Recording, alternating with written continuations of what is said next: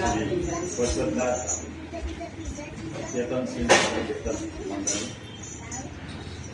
पशुपतिनाथ हाम्रा राष्ट्रिय एउटा चेतनशील भनेको हाम्रो समाजमा फैलिएका विकृतिलाई सकेसम्म प्रयास गर्ने त्यसलाई न्यूनीकरण गर्ने प्रयास हो।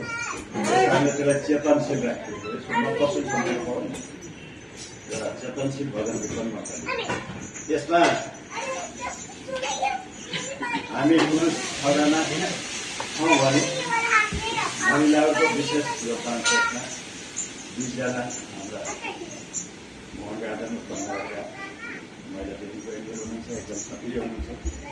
उहाँहरूलाई पनि धेरै धेरै धन्यवाद छ। यो तिहारको 2082 को तिहारको शुभ आरम्भको दिन आज पहिलो दिन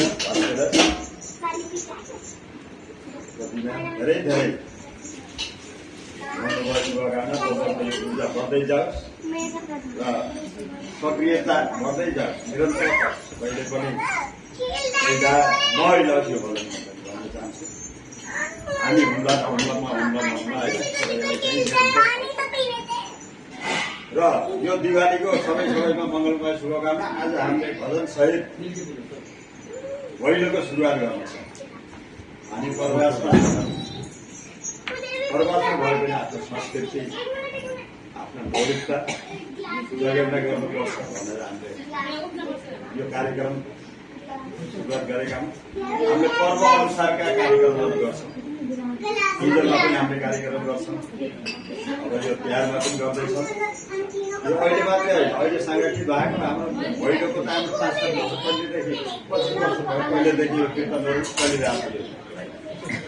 अहिले भने हाम्रो 2 वर्षदेखि एउटा संगठनको रूपमा तर यो भजन कार्यक्रम भने 25 वर्षदेखि मन गऱ्यो भने 2 जना जम्मा पनि गरिहाल्छ। भजन पनि होइन, भैलो कार्यक्रम पनि गर्नु अहिले भने एउटा विशेष तरिकाले अनुशासन सहित गइरहेछ। ल यो हमेसा यसले चाहिँ तरक्की गर्दै जानेछ। यसको उद्देश्य के छ भन्दा भैलो खेलेर या भजन गाएर त्यसमा पहिलो कुरो त हामीले कुनै त्यो धनराशि पाउने कुरो होइन, कहीँ बाहिर जाँदा पनि कसैले प्रभावित भएर जो धनराशि दिनुहुन्छ त्यो धनराशि हामीले प्रमुखमा राख्दैनौँ। यस्तै जनसमूहलाई कहीँ अनाथ आश्रममा भोजन गराउने या कहीँ सेवा गर्ने र अब धेरै ढिला भइसकेका छ। धेरै ढिला नभए उहाँको मैले परिचय पाएको जस्तै नेपालमा पराखाती नेपालको फेरिमा तराई कपिलवस्ती जिल्लामा बस्छु। मेरो नाम बिरा यहाँ अब छोरी दिएको छु। उहाँ हाम्रो लक्ष्मण दाईको छोरी र मेरो छोरी बिरानी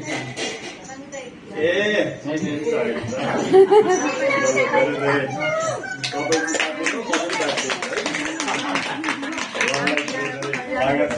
यो भजन कीर्तन मण्डलीमा। साथमा हामीलाई छोरीहरू आएका छौँ, नयाँ जन होइन।